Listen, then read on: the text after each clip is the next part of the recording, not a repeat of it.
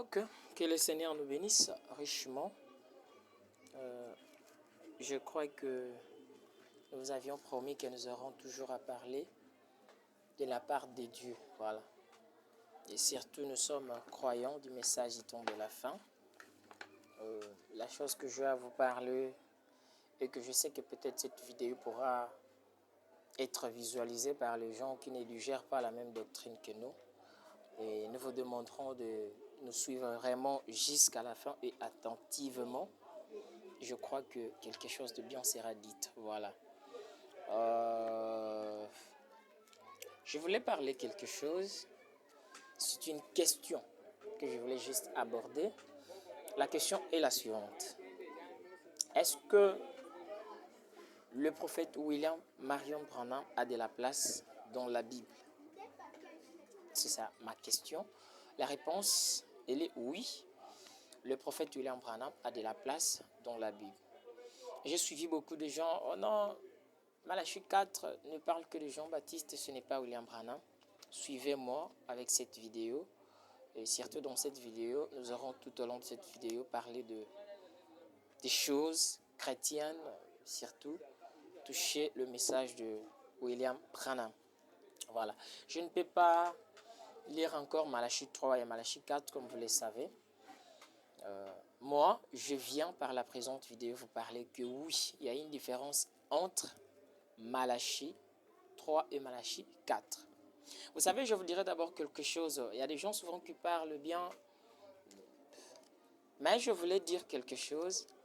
Vous savez, lorsque Philippe est parti rencontrer un homme, eunuque l'Éthiopien, qui lisait les Écritures. Il lisait le livre du prophète Ésaïe, là où il a été dit, il a été maltraité, voilà, des choses nanana. Comme vous le savez, si vous voulez lire, c'est dans Actes des Apôtres, chapitre 8, au 26e verset jusqu'à 40, c'est là que vous allez trouver. Lorsqu'il était en train de lire, lui-même, il n'avait pas compris. Mais il fallait que Philippe vienne expliquer à l'eunuque l'Éthiopien ce qu'il lisait. Vous voyez, il était d'ailleurs très humble pour dire que comment comprendrais-je ce que je lis s'il n'y a pas une personne qui vient me l'expliquer. Vous voyez, mais dans cette écriture, nulle part, on avait fait mention du Seigneur Jésus-Christ, mais seulement ce qui a été utilisé, c'était le pronom personnel qui est conjugué aux troisième personne du singulier. Il a été brisé, il a été maltraité. Voilà, il s'agissait bel et bien du Seigneur Jésus-Christ, mais il fallait que Philippe vienne les lui expliquer. Voilà. Alors que je voulais maintenant vous parler de Malachie 4, je vous confirme qu'il s'agit de William Branham. Nous prenons le livre de Matthieu. Prenez avec moi le livre de Matthieu, chapitre 17. Matthieu, chapitre 17, verset 10. Nous allons lire quelque chose là-bas. Et je crois que ça va essayer de nous éclairer. Voilà. Matthieu, chapitre 17, verset 10. Nous lisons au nom du Seigneur Jésus. Voilà. Les disciples lui firent cette question. Pourquoi donc les scribes disent-ils qu'Élie doit venir premièrement? Il répondit, donc Jésus-Christ répondit, il est vrai qu'Élie doit venir et rétablir toutes choses. Mais je vous dis que lui est déjà venu, qu'ils ne l'ont pas reconnu et qu'ils l'ont traité comme ils ont voulu. De même, le Fils de l'homme souffrira de leur part. 13. Les disciples comprirent alors qu'il parlait de Jean-Baptiste. Vous voyez ce passage, ce n'est pas Jésus-Christ qui leur dit que Élie qui devrait venir, c'est Jean-Baptiste. Mais ce sont les disciples qui comprennent. C'est la Bible qui le dit noir sur blanc. Les disciples ont compris que lui, qui était déjà venu, que les gens ont traité de tout nom comme ils ont voulu, c'était Jean-Baptiste. Mais ce n'est pas Jésus-Christ qui leur dit comme ça. Ce sont les disciples qui comprennent qu'il s'agissait de Jean-Baptiste. Et si nous voyons le message du temps de la fin, le prophète William Branham dit oui. C'est normal que Jean-Baptiste soit pointé dans cette écriture de Élie qui devait venir, que les gens avaient traité de tout nom. Voilà. C'est normal que les disciples comprennent qu'il s'agissait de Jean-Baptiste. Parce que Frère Branham dit, après l'esprit d'Élie sur Élie le Tishbite, l'esprit d'Élie devait descendre sur Élisée pour la deuxième fois, et pour la troisième fois, ça devait descendre sur Jean-Baptiste. C'est normal. Et si vous voyez très bien ici, au verset 11, il répondit, il est vrai qu'Élie doit venir et rétablir toutes choses. Vous voyez maintenant là, le Seigneur Jésus-Christ, il ne parle pas de l'Élie Jean-Baptiste, mais il pointe un autre élu qui viendra et doit rétablir toutes choses. Lisons cela dans Marc chapitre 9, verset 12. Pour appuyer cela, Marc 9, 12. Voilà. Marc 9, 12, nous y sommes. Voilà. Il leur répondit, Élie viendra premièrement et rétablira toutes choses. Et pourquoi il est écrit du fils de l'homme, tu dois souffrir beaucoup et être méprisé. Voyez ici, dans Marc 9, 12, Jésus-Christ pointe un autre élu qui doit venir. C'est les Français. Un autre élu qui doit venir et qui doit rétablir toutes choses. Voyez. Et le prophète William Branham dit qu'à chaque fois que l'esprit d'Élie vient, c'est pour le rétablissement. Lorsque Élie le Tishbite était monté là-bas au mont Carmel, il devait rétablir l'autel sur quoi le feu devait descendre. Lorsque Jean-Baptiste est venu, lui aussi, comme un prophète qui devait recevoir l'esprit d'Élie, parce que le prophète William Branham dit que l'esprit d'Élie, c'est l'esprit de Dieu lui-même.